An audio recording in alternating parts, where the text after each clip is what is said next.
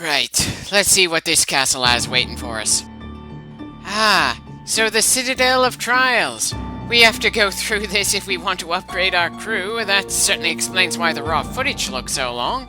Hopefully I can fast forward enough to prevent the clip from becoming over half an hour long.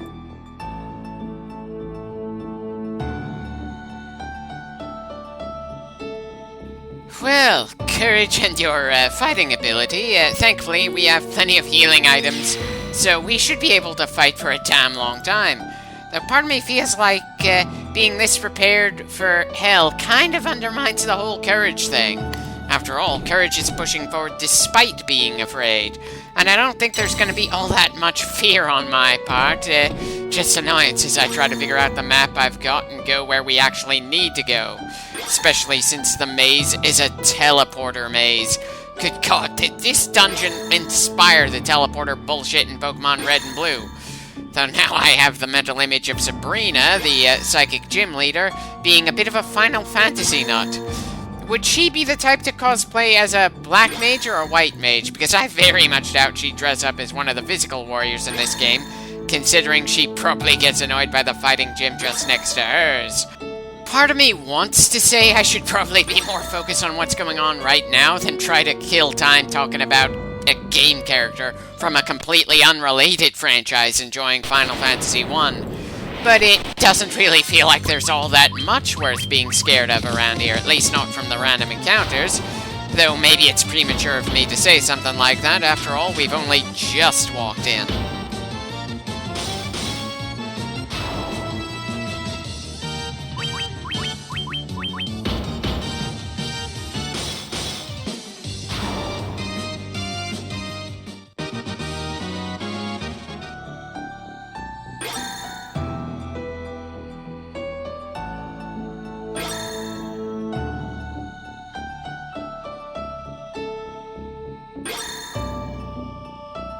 Well, I can't really say we've been going in circles.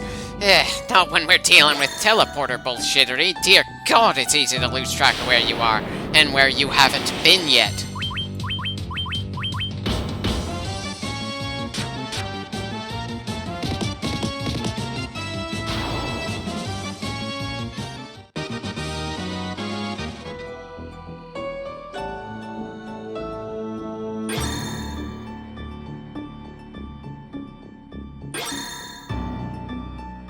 Did I just go back? Why didn't I at least check the door to be sure I didn't go all the way back to the beginning? Hell, why didn't I just fast forward past the bit of me trying to figure out these teleporters? I'm just going through the same bits of ground over and over again with no idea when I'm gonna break this pattern. And I certainly can't complain about the frequency of the random encounters in here. That is nowhere near enough to disorient me more than the teleporters themselves.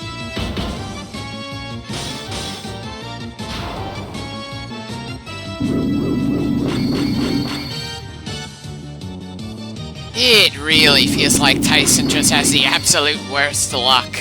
Is luck even a stat in this game?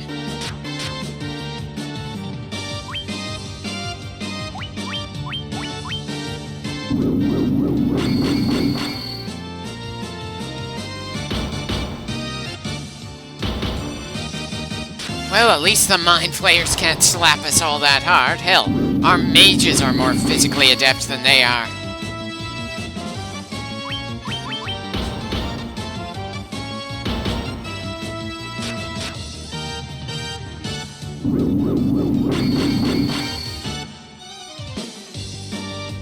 Oh, come on! These guys aren't even trying to beat us down. They're just blatantly trying to stall us for the sake of making things more annoying. Really getting the sense that this dungeon is just trying to make things annoying instead of actually dangerous for us.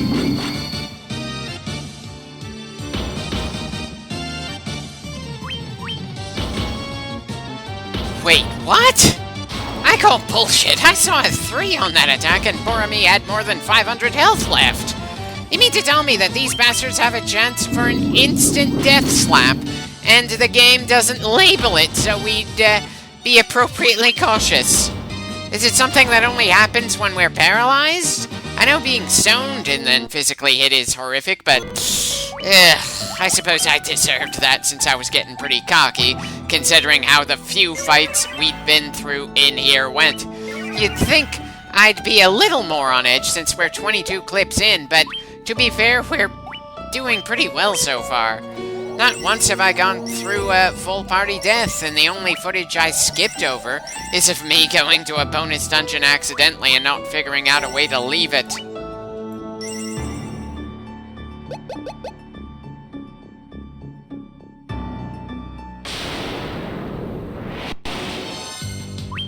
We were dealing with orange devils back in the volcano. I suppose, technically speaking, we could have gotten this completed before we dealt with the fire crystal.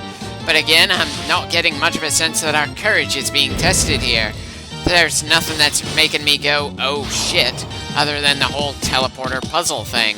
And I'm sure if I was reading the right map online, then that wouldn't have been much of an issue.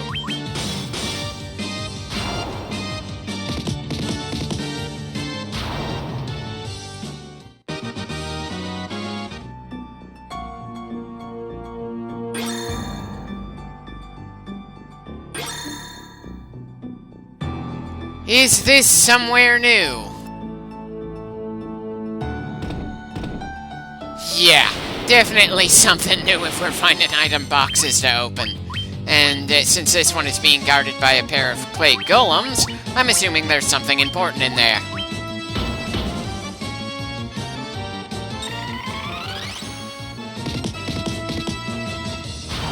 Doesn't matter how fast you are if you're gonna get killed the instant Boromir's sword comes out. Hell, I probably shouldn't have bothered using Blizzard there, but to be fair, I didn't know those golems would be that fragile. If anything, I was expecting them to be a good deal more durable. And possibly physically resistant.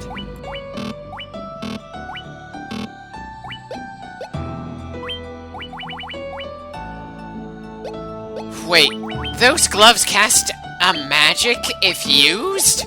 Why does it have an icon for something that we can equip if it's a usable item instead of equipable? Definitely got the feeling I'm misinterpreting something here, but I suppose it's not all that important. We should just move on.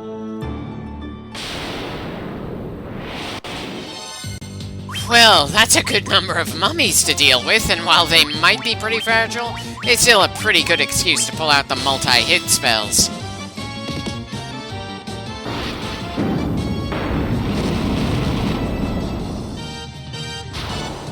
Always nice to see a big group just cease to exist before they get a chance to throw all that many punches at us.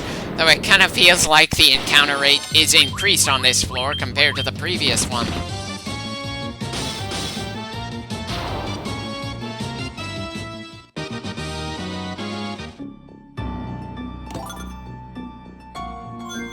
Healing staff? I suppose that means it's meant for Morn to use? Excuse me for preferring our white mage uses hammers for the entire game, though. Granted, our white mage is never going to be an especially heavy hitter, but still, it's a bit of a distinctive weapon for a magic user to have. And probably something that I don't want either of our magic users in this game to have traditional staffs. Not that we really get to see any especially interesting knife work from Wesker, or nice hammer skills from Morn, considering this is a turn-based game, not an action one. Still, bit of weapon variety here.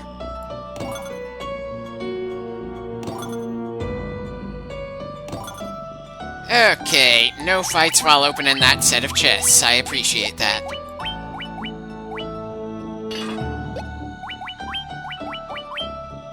Why did I check if our defense somehow got better with a level up or something? I don't think that Tyson is going to outgrow the ruby armlet the same way he outgrew the nunchucks, but I suppose there's no harm in occasionally checking. Okay, so steel gloves somehow protect us less than a single ring. And we're already holding an ice brand, so not all that much really gained in terms of equipment so far. Still, I suppose selling the stuff we're gaining in here is going to be a good way to regain the money we spent on overly expensive equipment.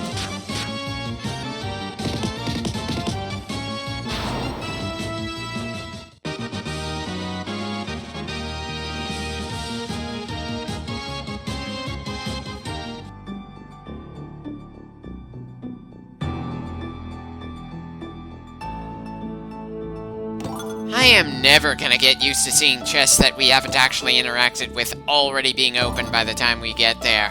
It could possibly be more acceptable to me if we had some sense that the players group isn't the only adventurers on the planet. Wait. We have enemies that are called Medusa in this game, but they have actual legs instead of a snake tail? And why are they able to poison us? Are these ladies even capable of, turning us into stone? I mean, sure.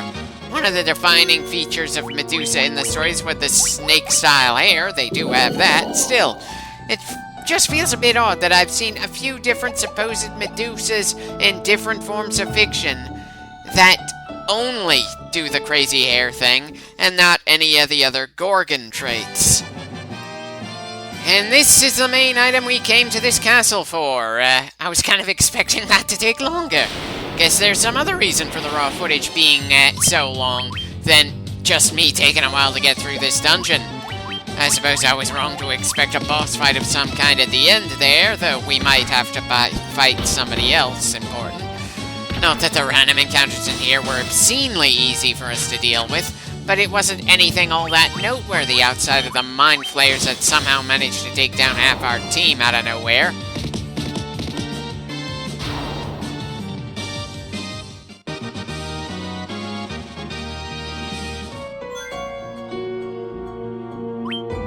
I was definitely overprepared for the trials in here, that's for sure. Both in terms of how I leveled up and how much gear I brought along. Still, I suppose it's impossible to be perfectly prepared. You're either over or under prepared. And this is definitely a lot more preferable than walking into the place when we're somehow under-leveled and under-equipped. Anyway, time to get back into the airship and get to the next destination in this side quest. A side quest that nobody mentioned to us, but this is still as good a time as any to do it in this playthrough. You can potentially finish the game without finishing this particular task, though considering the final boss is a good deal more capable than anything else in the game, I would not advise it. Sooner or later, you've got to upgrade the classes that you've got in your team. It gives the white and black mages the ability to do higher level spells, it gives the warrior the ability to use healing spells, and the rogue to do black magic. I don't really remember off the top of my head what it grants the red mage or the monk. It might just be straight stat boosts for them since, well, I know that the red mage can't possibly learn the highest level black or white magic. They're a jack of all trades, they're solid in absolutely every field, but every specialist always has something over him in one category or another.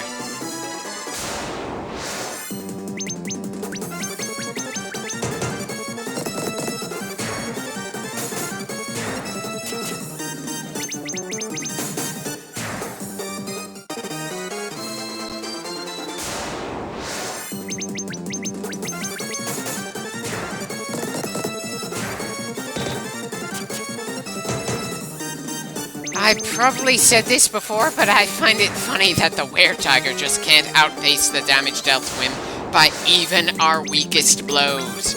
I know part of the entire point behind having regenerating health is to just let someone last a little longer in a fight, not make them invincible. Still, just 8 health per turn? This far in? That's so little that it almost feels insulting, especially when I tend to have everyone concentrate on a single target if I'm not sure that one of us could take them out in a single shot. I know that it's a random encounter in the wild, so it's not meant to be especially dangerous, but come on. We needed an airship in order to get over here. I'm pretty sure the things we need to deal with should feel more dangerous than this, though maybe I just have a skewed sense of how the difficulty curve should be.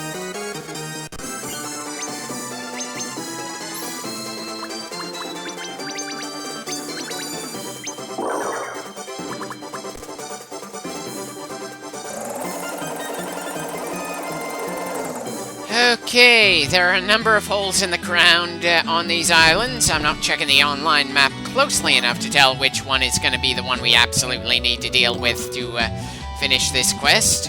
And to be fair, a lot of the ones that aren't the right ones still have some things for us to grab, even if it's not like we care all that much about money at this point. Really, the biggest issue is that I'm going to have to do repeated fast forwards and slowing things back down. all because I wanted to get this thing done before I saved, which made the raw footage for this bit last longer than it probably needed to without a break.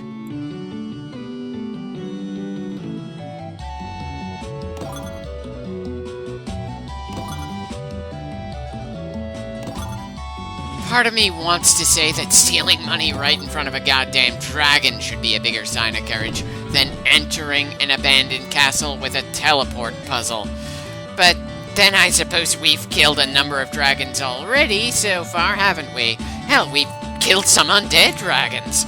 I don't think there's much other than outright bosses that should be all that fearsome to us at this point.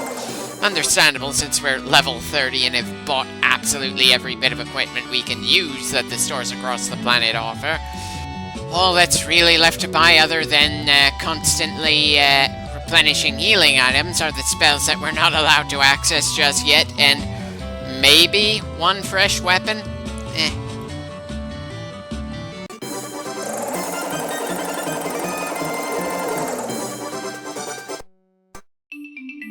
Oh no.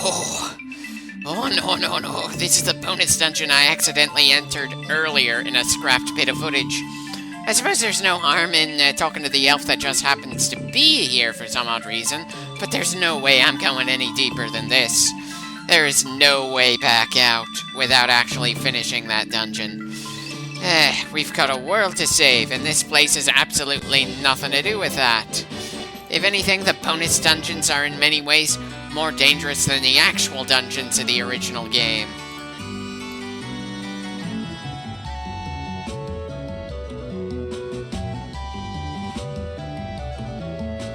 I'll take your word for it. Even if we could go to those shrines, I don't think we'd be able to tell if they're beautiful or not.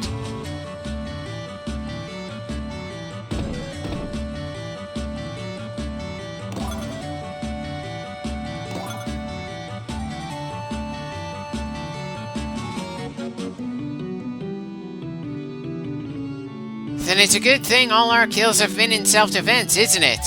Or do you consider it senseless if the person killed is so outclassed it shouldn't be considered a fight?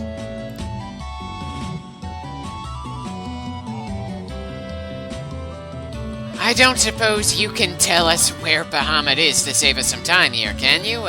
Considering you get so few visitors, I think it'd only be polite to guide a well-meaning guest.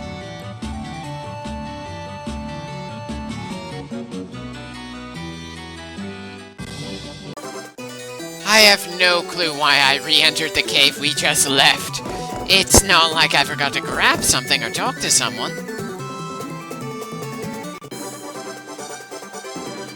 Ah, well, at least it didn't take me long to get back on track. Assuming that's the right word when it's not like we know which of these little holes in the ground is the right one.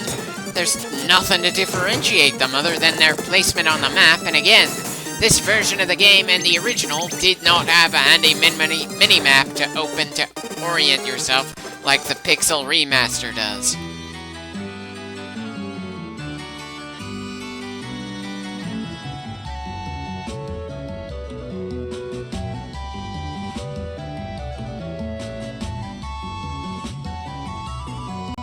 Okay, this cave has multiple floors. That's a promising sign.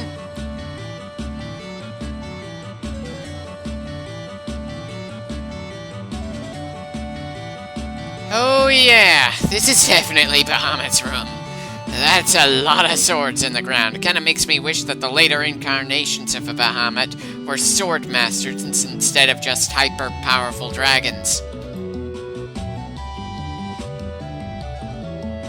If he looks within, he shouldn't need us to bring him an item to prove what's already inside of us. Bloody hell, though. He's certainly got a unique sprite compared to every other dragon we've seen in here.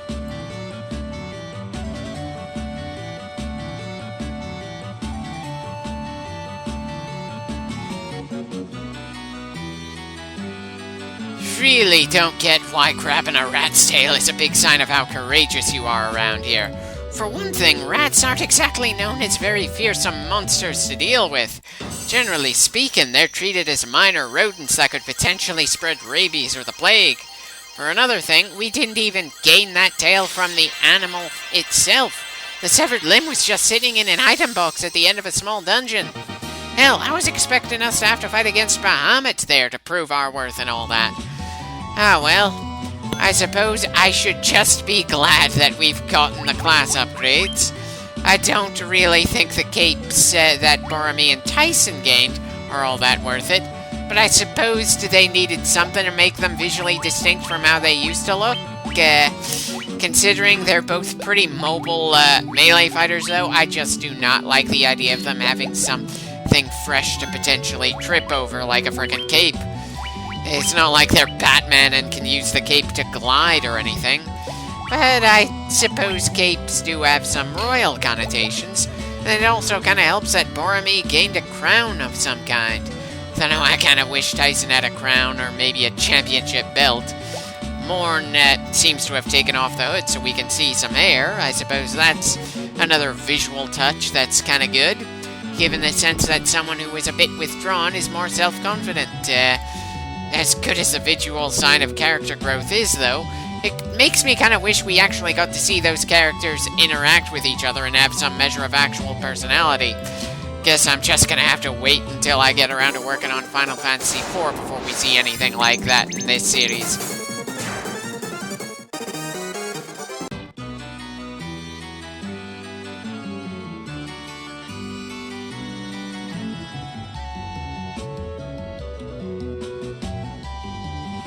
Indeed, we just gained that little honorable gift from him, even if it wasn't especially clear why he needed to change our wardrobe a bit to do it. Come to think of it, I didn't really say much about Wesker's little visual change. It was pretty damn forgettable since nothing happened to his head, which is what we typically pay attention to. It's still covered in shadow and still wearing the same straw hat. It's just that he's opened up his robe so that we see his pants for some reason. Just a little weird. Anyway, I'm getting the feeling that the game is supposed to be permanently on the Year of the Rat or something. But that's a bit odd. The Zodiac Year of the Rat was 1984 and Final Fantasy I was released in 1987. Shouldn't it have been something associated with the rabbit or... Not that I'm all that familiar with the Zodiacs. For some reason when I checked online it says that the Zodiac for Rat represents wealth and surplus, that it's a sign that someone might do well in business or something. Which of course makes it a little awkward, since 2020 was the year of the rat, and I don't think a lot of businesses were having a great time then. Maybe I'm overthinking things again, or maybe I just don't know how Asia views rats and am just letting Western views of them being pests color my mind.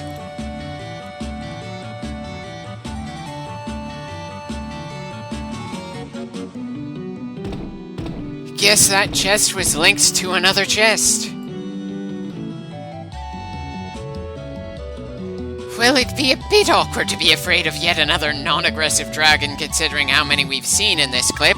Hell, I was mentally bracing for a fight against Bahamut when we went to him for our class upgrade. If you've hyped yourself up for a fight against the King of the Dragons, I don't think talking to a random no-name dragon is going to be all that scary. I just cannot see how our courage was in any way tested in this clip. We had such a much harder time going through the Earth Cave and the volcano a lot earlier.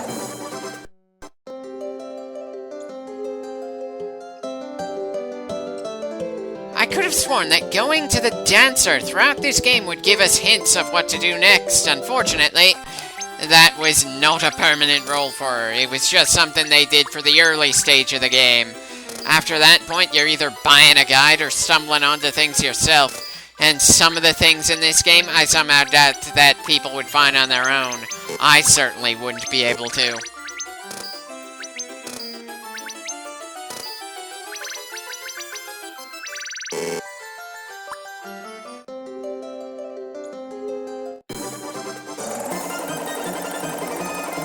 Why the hell haven't I saved yet? We've certainly had plenty of moments to do so.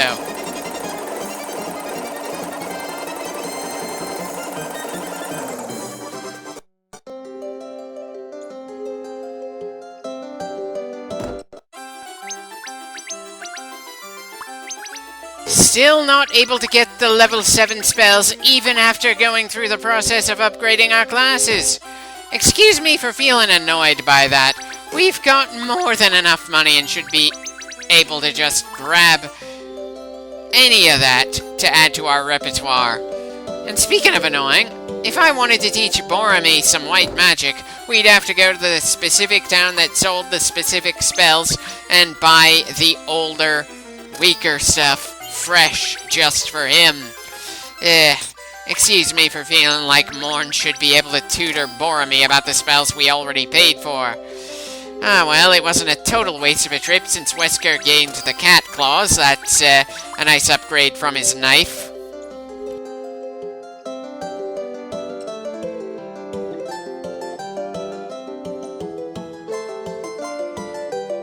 Really wish that guy told us where the caravan is instead of forcing us to look all over the damn place for it. Maybe I'm just way too used to even open-world games these days, making it easy to find where you need to go next. Anyway, looks like the raw footage for this clip is finally gonna end soon. I hope it felt like we got a good amount done before cutting things off.